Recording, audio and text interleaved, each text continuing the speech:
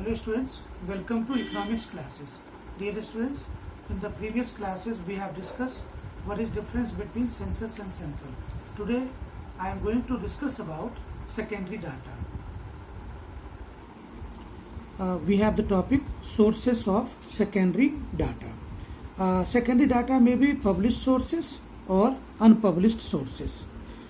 Beta published sources, the data which are published, for example, official publication of central and state governments, semi-government publications, publication of research institutes जैसे NCERT, international publications WHO, private publications और last बेटा newspaper और magazine. ये बेटा मेरा published source था. Unpublished, there are certain data which are not published for the general public.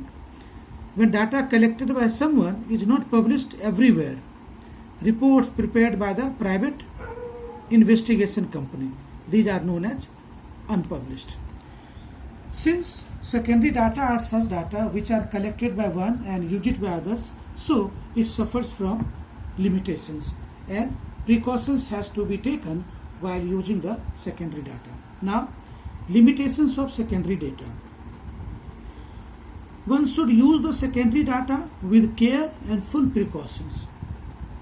Data may not have been collected by following the proper procedure. Second, data collected may not be suitable for the required purpose. Third, data may have been influenced by personal bias. Fourth, it may not satisfy a reasonable standard of accuracy. Or fifth, collected data may not cover the full period of investigation. This was all related with the limitations of secondary data. Now students, we have another points, precautions in the use of secondary data. That means क्या क्या precaution लेना चाहिए जब हम secondary data को use करेंगे. The investigator should consider the following points before using the secondary data. A. Are the data reliable? Are the data suitable for investigation? Are the data adequate? Are the data collected by proper method? From which source was the data collected? Who has collected the data? Are the data biased? Thus, the secondary data should not be used at its face value. It is risky to use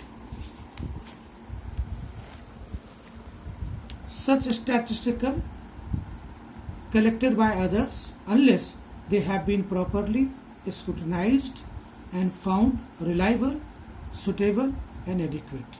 So, one should be very careful while using the secondary data.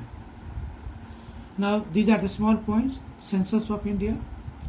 Census is being regularly conducted every 10 years since 1881. Second, first census after independence was held in 1951. The responsibility of conducting the census rests with the Ministry of Home Affairs, Government of India. The next point is beta NSSO, National Sample Survey Organization. It was set up in 1950, chaired by P.C. Mahalanobis as NSS.